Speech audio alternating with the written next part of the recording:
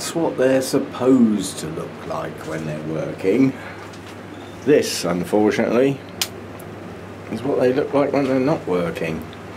Although it's producing the steam, which I don't know whether you can see down in there, it's not producing it at enough of a rate to push it out the top, and it just seems to be floating around and not getting anywhere. So these things are not really repairable, so I'm just going to get a new one. I mean, it's 34 quid on eBay, and I've had that one, it must be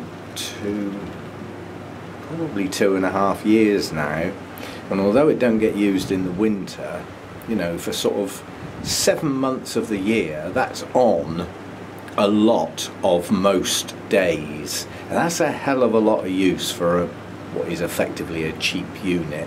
So I've more than had my money's worth. I'm not criticising the make or the model or anything like that. I've just gone straight on eBay and replaced it with one exactly the same, because they work well. Yeah. Now this is the newer one. I think I got this one towards the end of last year, so I haven't even had that one a year yet, but they work well. There's no real maintenance on them. Get a bit of algae inside sometimes, give it a bit of a clean up, but apart from that, you know, you just need to fill it up with water and make sure it's turned on, or they don't work so well if they're not turned on. But it is one point worth bearing in mind. There's quite a lot of the humidifiers really designed for the home, I suppose you could say, that have got a digital on-off switch. Well, that's fine if you're there to press the button. This has actually got a clickable switch, yeah? It's on. So when it's connected up to the hydrostat, and the hydrostat says, you need some humidity, this stays on all the time. It's the hydrostat that turns the power on and off. Well, if you've got a digital on-off switch, when the power's cut, you can have as many hydrostats as you like. It will not turn back on unless you press the button.